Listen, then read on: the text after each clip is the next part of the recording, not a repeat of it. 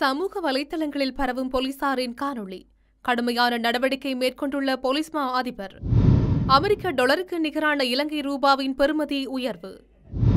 தமிழுக்கு முன்னுரிமை, இந்தியாவிற்கு நன்றி தெரிவித்த தமிழரசு கட்சி. சோதனையின்றி விடுவிக்கப்பட்ட 323 கொள்கலன்கள். பொறுப்பை ஏற்கும் அரசு. பழிவாங்குதல்களை உடன் நிறுத்து, உண்ணாவிரத போராட்டத்தில் குதித்த யாழ் பல்கலைக்கழக மாணவர்கள். மன்னாரில் காற்றாலை மின் திட்டம் அதானிக்கு வழங்கிய அனுமதி ரத்து. 3வது தடவையாக மாறியது யாழ் கலாசார மையத்தின் பெயர். நாளுக்கு நாள் மாறும் பெயரால் பொதுமக்கள் கடும் விசனம். டிரம்பின் உத்தரவு அரசியல் அமைப்புக்கு முரணானது. நீதிமன்றம் பிறப்பித்த அதிரடி உத்தரவு. புலம்பெயர்ந்தோரை திருப்பி அனுப்பும் அமெரிக்காவின் திட்டம் இந்தியா ஆதரவு. சலுகைகளில் வெட்டு, அரச செலவினத்தை குறைக்க ஜனாதிபதி செயலாளர் அதிரடி. வெட்கமிருந்தால் வெளியேறுங்கள், அரச இல்லங்களில் உள்ளோரை கோருகிறார் அமைச்சர் நலிந்த. இலங்கையிலிருந்து எடுத்து செல்லப்பட்ட சொத்துக்களை மீட்பதற்கு சுவிட்சர்லாந்து ஆதரவு.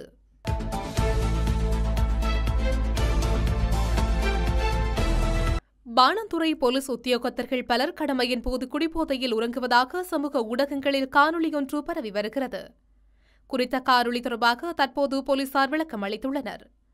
சமூக ஊடகங்களில் பரவும் காணொலி தொடர்பில் மேற்கொள்ளப்பட்டு வரும் விசாரணைகளின் பிரகாரம் குறித்த 2 போலீஸ் உத்தியோகத்தர்களுக்கும் எதிராக கடுமையான ஒழுக்காற்று நடவடிக்கை எடுக்குமாறு பதில் போலீஸ் மா அதிபர் பிரியந்த வீரசூரிய பணிப்புரை விடுத்துள்ளதாக போலீஸ் ஊடக பேச்சாளர் சிரேஷ்ட போலீஸ் அத்தியகச்சர் புத்திக மருதுங்க தெரிவித்துள்ளார்.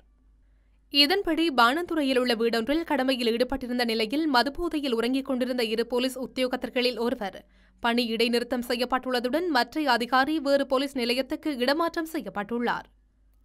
காணொலிகளின்படி போலீஸ் ஜீப்பில் இருந்து வரும் போலீஸ் அதிகாரிகள் குழு குடிபோதையில் மற்றும் சீருடையில் படுக்கையில் தூங்கும் ஒரு போலீஸ் அதிகாரியை ஏற்றி செல்வதை காணலாம்.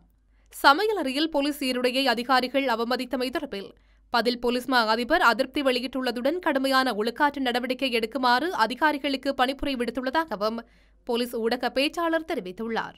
இதன்படி பாணந்துறை பிரிவுக்கு பொறுப்பான சிரேஷ்ட போலீஸ் அத்தியகச்சரின் உத்தரவின் பேரில் போதைப் பொருளுக்கு அடிமையான போலீஸ் உத்தியோகத்தர் பணி இடைநிறுத்தம் செய்யப்பட்டுள்ளதுடன் மற்ற அதிகாரி வேறு போலீஸ் நிலையத்துக்கு இடமாற்றம் செய்யப்பட்டுள்ளார். அமெரிக்க டாலருக்கு நிகரான இலங்கை ரூபாவின் பெறுமதி இன்றைய தினம் அதிகரித்த நிலையில் பதிவாகியுள்ளது. அந்த வகையில் சிலான் வங்கியில் அமெரிக்க டாலரின் கொள்முதல் மற்றும் விற்பனை விகிதங்கள் ரூபாய் 293.25 முதல் ரூபாய் 294.25 மற்றும் ரூபாய் 301.25 முதல் முறையே 302.25.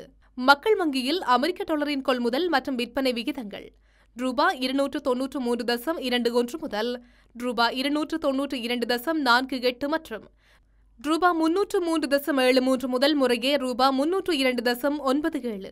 ஹொமசல் வங்கியின் அமெரிக்க டாலரின் கொள்முதல் விகிதம் ரூபாய் 293.21 முதல் ரூபாய் 292.95 மற்றும் விற்பனை விலை ரூபாய் 302.75 முதல் 302.50. சம்பத் வங்கியில் அமெரிக்க டாலரின் கொள்முதல் மற்றும் விற்பனை விகிதங்கள் ரூபாய் 295 முதல் ரூபாய் 294.75 மற்றும் ரூபாய் 303 முதல் முறையே 302.75 ஆக பதிவாகியுள்ளது. யாழில் உள்ள கலாசார நிலையத்தின் பெயரை மீண்டும் மாற்றியதையும் தமிழுக்கு முன்னுரிமை கொடுக்கப்பட்டுள்ளதையும் வரவேற்றுள்ள தமிழரசு கட்சி இந்தியாவிற்கு நன்றியையும் தெரிவித்துள்ளது. இந்திய அரசாங்கத்தின் நிதியுதவியுடன் யாழ்ப்பாணத்தில் கலாசார நிலையம் ஒன்று அமைக்கப்பட்டு யாழ்ப்பாண கலாசார நிலையம் என்ற பெயரில் திறந்து வைக்கப்பட்டிருந்தது. இவ்வாறான நிலையில் கடந்த சில தினங்களுக்கு முன்னர் இந்திய தூதுவர் மற்றும் இலங்கையின் அமைச்சர்கள் யாழ்ப்பாணத்துக்கு விஜயம் செய்து இதன் பெயரை மாற்றம் செய்தனர். அதாவது யாழ்ப்பாணம் என்ற சொல்லை தூக்கிவிட்டு திருவள்ளுவர் கலாசார மையம் என்ற புதிய பெயரை அறிவித்திருந்தனர். ஆனால் இதற்கு பலரும் எதிர்ப்பை வெளிப்படுத்தி வந்த நிலையில் தமிழரசு கட்சியின் பதில் தலைவர் GVK சிவஞானமும் தமது அதிருப்தியை வெளிப்படுத்தி மீள் பரிசீலனை செய்ய வேண்டுமென இந்தியாவிடம் கோரிக்கை விடுத்திருந்தார். இந்நிலையில் இன்றைய தினம் யாழ்ப்பாணம் திருவள்ளுவர் கலாசார மையம் என்பதாக மீண்டும் பெயரை மாற்றியுள்ளனர். அதேபோல தமிழுக்கு முன்னுரிமை கொடுக்கப்பட்டிருக்கிறது. இந்தியாவின் இத்தகைய நடவடிக்கைகளுக்கு நன்றி கூறிய இந்திய தூதுவருக்கு தமிழரசு கட்சியின் பதில் தலைவர் சிவஞானம் கடிதம் ஒன்றையும் இன்றைய தினம் அனுப்பி வைத்துள்ளமை குறிப்பிடத்தக்கது. சுங்க தரப்பினரின் சோதனையின்றி விடுவிக்கப்பட்ட இறக்குமதி செய்யப்பட்ட 323 கொள்கலன்களில் போதைப்பொருள் அல்லது சட்டவிரோத பொருட்கள் அடங்கியிருப்பதால் அதற்கான பொறுப்பை அரசாங்கம் ஏற்கும் என பிரதியமைச்சர் ஜனித் ருவன் கொடித்துவக்கு தெரிவித்துள்ளார். இலங்கை போக்குவரத்து சபையின் ஹோமாகம பேருந்து சாலைக்கு கண்காணிப்பு விஜயம் ஒன்றை மேற்கொண்டதன் பின்னர் ஊடகங்களுக்கு மத்தியில் உரையாற்றிய போதே அவர் இதனை குறிப்பிட்டுள்ளார். நாளொன்றுக்கு 600 கொள்கலன்களை மாத்திரமே சோதனை செய்ய முடியும். எனினும் 2000க்கும் அதிகமான கொள்கலன்களை நாளொன்றில் துறைமுகத்திற்கு விடுவிக்க வேண்டிய தேவைப்பாடு இருக்கிறது. கடும் சிரமத்துக்கு மத்தியிலேயே சுங்க தரப்பினரால் சோதனை நடவடிக்கை முன்னெடுக்கப்படுவதாக பிரதியமைச்சர் ஜனித் ருவன் கொடித்துவக்கு தெரிவித்துள்ளார்.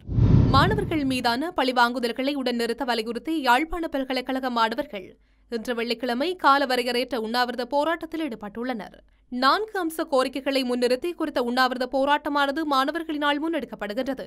அதன்படி விதிகளுக்கு புறம்பாக நடைபெற்ற மாணவர்கள் மீதான விசாரணைகளை உடன் நிறுத்து, போராடுதல், கருத்து வெளிப்பாட்டு சுதந்திரம் உள்ளிட்ட மாணவர்களின் அடிப்படை உரிமைகளை உறுதி செய், விரிவுரையாளர்கள் மீதான முறைகேடுகளையும் பாரபட்சமின்றி விசாரணை செய், மாணவர்களின் கற்றலிற்கான சுதந்திரத்தை உறுதி செய், மாணவர்களுக்கு உடனடி நிவாரணம் வழங்க உள்ளிட்ட கோரிக்கைகளை முன்வைத்து தீர்வு கிடைக்கும் வரை உணவு தவிர்ப்பு போராட்டத்தில் மாணவர்கள் ஈடுபட்டுள்ளனர். மன்னார் பூரகரை காற்றாலை மின் திட்டத்தை முன்னெடுப்பதற்கு இந்தியாவின் அதானி குழுமத்துக்கு கடந்த வருடம் அப்போதைய ஜனாதிபதி ரணில் விக்ரமசிங்க அரசாங்கம் வழங்கிய அனுமதியை அமைச்சரவை ரத்து செய்துள்ளது என தெரிய வருகிறது. ஜனாதிபதி தலைமையில் கூடிய அமைச்சரவை இந்த திட்டத்துக்கான அனுமதியை ரத்து செய்வதற்கு தீர்மானித்துள்ளது. இந்த திட்டத்துக்கு இலங்கை மக்களின் எதிர்ப்புகள் உருவாகியதுடன் நீதிமன்றத்தில் மனுக்கள் தாக்கல் செய்யப்பட்டமையும் குறிப்பிடத்தக்கது. இந்த திட்டம் தொடர்பில் மேற்கொள்ளப்பட்ட மதிப்பீட்டில் குறைபாடுகள் உள்ளன என வனவிலங்கு மற்றும் இயற்கை பாதுகாப்பு சங்கம் மற்றும் சுற்றுச்சூழல் அறக்கட்டளை நிறுவனம் உட்பட பல அமைப்புகள் இந்த திட்டத்தை கடுமையாக எதிர்த்தன. மன்னார் ஆயர் உட்பட மன்னார் மக்களும் தங்கள் வாழ்வாதாரம் மற்றும் தொழில்துறைக்கு பாதிப்பு ஏற்படும் என தெரிவித்து இந்த திட்டத்தை கடுமையாக எதிர்த்தனர். தேர்தல் பிரசாரத்தின் போது இந்த திட்டத்தை ரத்து செய்வேன் என உறுதியளித்த ஜனாதிபதி அனுரகுமார் திசாநாயக்க இலங்கையில் காற்றாலை மின் திட்டத்தை முன்னெடுப்பதற்காக சர்வதேச வேள்வி பத்திரத்தை கோருவேன் என தெரிவித்திருந்தார்.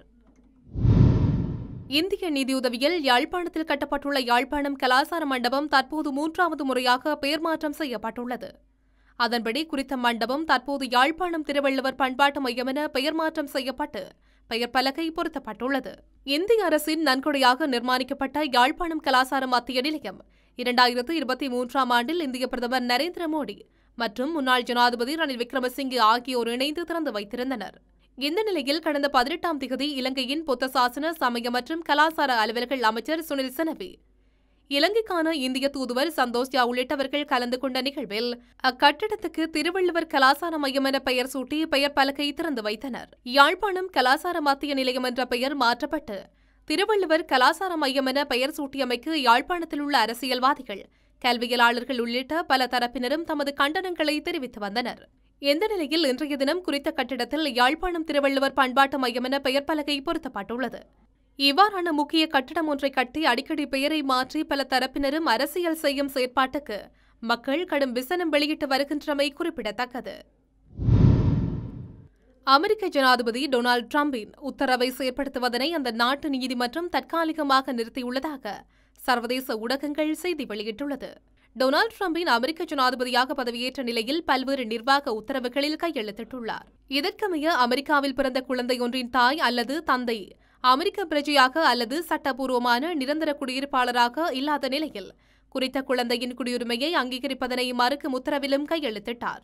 இந்த நிலையில் எதிர்வரும் பிப்ரவரி மாதம் முதல் நடைமுறைக்கு வரும் வகையில் இந்த உத்தரவை செயற்படுத்துவதற்கு அமெரிக்க நிறுவனங்களுக்கு ஜனாதிபதி டொனால்டு டிரம்ப் உத்தரவிட்டிருந்தார்.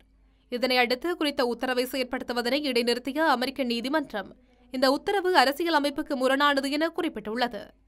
எனினும் நீதிமன்ற தீர்ப்புக்கு எதிராக மேன்முறையீடு செய்ய உள்ளதாக அமெரிக்க ஜனாதிபதி டொனால்டு டிரம்ப் தெரிவித்துள்ளதாக கூறப்படுகின்றது. சட்டவிரோதமாக குடியேறிய இந்தியர்களை வெளியேற்றும் விவகாரத்தில் அமெரிக்காவின் நடவடிக்கையில் உடன்படுவதாக இந்திய வெளியுறவு அமைச்சர் ஜெய்சங்கர் தெரிவித்துள்ளார். அமெரிக்காவின் 47வது ஜனாதிபதியாக டொனால்டு டிரம்ப் பதவியேற்ற பின்னர் பல்வேறு அதிரடி அறிவிப்புகளை வெளியிட்டார். இதில் குறிப்பாக அமெரிக்காவில் அகதிகள் குடியேற்றத்தை தற்காலிகமாக நிறுத்தி வைப்பதற்கான நிர்வாக உத்தரவில் டிரம்ப் கையெழுத்திட்டார். இதன் அடிப்படையில் அமெரிக்காவிற்கான அகதிகள் வருகை மறு உத்தரவு வரை நிறுத்தப்பட்டிருப்பதாக டிரம்ப் நிர்வாகம் அறிவித்தது. அத்தோடு அமெரிக்காவில் சட்டவிரோதமாக குடியேறியவர்களை நாடு கடத்தப் போவதாகவும் டிரம்ப் நிர்வாகம் அறிவித்துள்ளது. இந்த நிலையில் சட்டவிரோதமாக குடியேறிய இந்தியர்களை வெளியேற்றும் விவகாரத்தில் அமெரிக்காவின் நடவடிக்கையில் உடன்படுவதாக மத்திய வெளியுறவுத்துறை மந்திரி ஜெய்சங்கர் தெரிவித்தார். இது தொடர்பாக அவர் மேலும் தெரிவிக்கையில், அமெரிக்காவில் சட்டவிரோதமாக குடியிருக்கும் மக்களில் இந்தியர்கள் இருந்தால் அவர்கள் இந்தியர்கள் தான் என்பது உறுதியானால் அவர்களுக்கு இந்தியாவின் கதவுகள் எப்போதும் திறந்தே இருக்கும். இந்த கருத்தில் நாங்கள் உறுதியாக இருக்கின்றோம். இந்தியாவின் இந்த நிலைப்பாடு அமெரிக்காவுக்கு மட்டுமே பிரத்யேகமானது அல்ல. உலகின் பல்வேறு நாடுகளிலும் இந்தியர்கள் இருக்கின்றார்கள். எந்த நாடாக இருந்தாலும் அங்கே சட்டவிரோத குடியேற்றம் என்பது பல்வேறு சிக்கல்களுக்கு வழிவகுக்கக்கூடியது. அமைச்சர்கள் மற்றும் பிரதி அமைச்சர்களின் அலுவலக செயற்பாடுகளுக்கு வழங்க வேண்டிய வாகனங்களின் எண்ணிக்கை, வாகனங்களுக்கான எரிபொருள் செலவு, தொலைபேசிகளின் எண்ணிக்கை, தொலைபேசிகளுக்கான கட்டணங்கள் மற்றும் அவர்களின் பணிக்குழாமுக்கு நியமிக்கக்கூடிய அதிகாரிகளின் எண்ணிக்கை, அவர்களுக்கான சலுகைகள் என்பவற்றை மட்டுப்படுத்த ஜனாதிபதி செயலகம் திடீர் நடவடிக்கை எடுத்துள்ளது. இதற்கான ஆலோசனைகள் அடங்கிய சுற்றறிக்கை ஜனாதிபதியின் செயலாளர் கலாநிதி NS குமாநாயக்கவினால் அமைச்சுக்களின் செயலாளர்களுக்கு அனுப்பி வைக்கப்பட்டுள்ளது. இந்த சகல வரையறைகளையும் நடைமுறைப்படுத்த வேண்டிய அமைச்சர்கள் செயலாளர்களின் பொறுப்பு என்பதுடன் சுற்றறிக்கையில் குறிப்பிடப்பட்டுள்ள வரையறைகளுக்கு அமைச்சர்கள் மற்றும் பிரதி அமைச்சர்களின் அலுவலகம், அமைச்சரவை ஆலோசனைக் குழு மற்றும் அமைச்சர்களின் பிரதி அமைச்சர்களின் உதவி பணிப்பாளர் குழாம் என்பவற்றை உடனடியாக ஸ்தாபித்து அரசாங்கத்தின் வேலைத்திட்டங்களை நடைமுறைப்படுத்த வேண்டும் என்று ஜனாதிபதி செயலாளரினால் கடந்த 21ஆம் தேதி அமைச்சின் செயலாளருக்கு அறிவிக்கப்பட்டது. இந்த சுற்றறிக்கையின் பிரகாரம் அமைச்சர்களின் பணிக்குழாம் அதிகாரிகளின் எண்ணிக்கை 15ஆகவும் பிரதி அமைச்சர்களின் பணிக்குழாம் அதிகாரிகளின் எண்ணிக்கை 12ஆகவும் மட்டுப்படுத்தப்பட்டுள்ளது.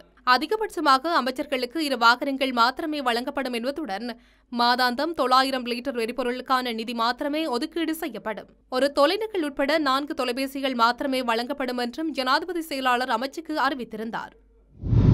முன்னாள் ஜனாதிபதிகளுக்கு வெட்கம் என்பதொன்று இருக்குமானால் அரச இல்லங்களிலிருந்து வெளியேற வேண்டும். ஆனால் இவர்களுக்கும் வெட்கமில்லை, இவர்களின் பிள்ளைகளுக்கும் வெட்கமில்லை என தெரிவித்த சுகாதாரத்துறை அமைச்சர் நலிந்த ஜெயதிச முன்னாள் ஜனாதிபதி மஹிந்த ராஜபக்ச வசிக்கும் விஜயராம மாவத்தை வீடு 128 மில்லியன் ரூபாய் பெறுமதியானது 46 லட்சத்து ரூபாய் மாத வாடகை கொண்டதென கூறினார். பாராளுமன்றத்தில் நேற்று வியாழக்கிழமை இடம்பெற்ற இறக்குமதி மற்றும் ஏற்றுமதி சட்டத்தின் கீழ் 2413 கீழ் 37ஆம் இலக்க வர்த்தமானியில் வெளியிடப்பட்ட ஒழுங்கு விதி, செயல் நுணுக்கு அபிவிருத்தி கருத்திட்டங்கள், சட்டத்தின் மீதான ஒழுங்கு விதிகள் உட்பட பல கட்டளைகள் மீதான விவாதத்தில் உரையாற்றுகையிலே இவ்வாறு தெரிவித்தார்.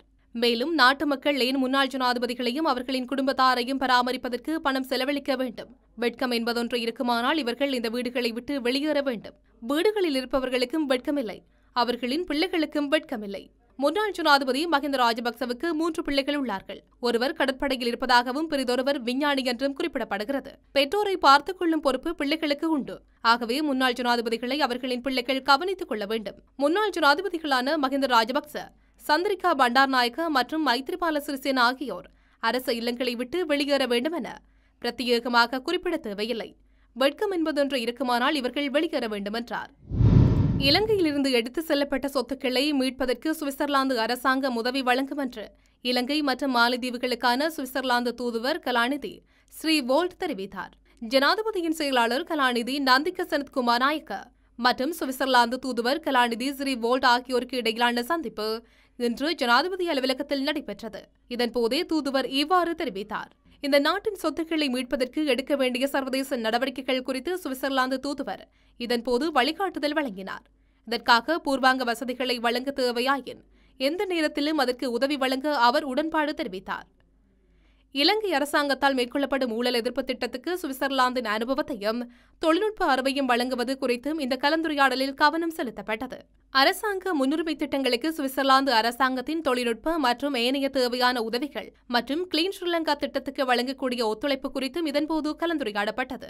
வடக்கு அபிவிருத்தி, தேசிய ஒற்றுமை மற்றும் ஏனைய சமூக பிரச்சினைகளுக்கான தீர்வுகளுக்கு இலங்கை அரசாங்கத்துக்கு ஆதரவளிப்பதற்கும் தேவையான உதவிகளை வழங்குவதற்கும் நடவடிக்கை எடுப்பதாகவும் சுவிட்சர்லாந்து தூதுவர் மேலும் தெரிவித்தார். ஜனாதிபதியின் சிரேஷ்ட மேலதிக செயலாளர் ருஸ்தான் கமகேவும் இந்த சந்திப்பில் கலந்து கொண்டார்.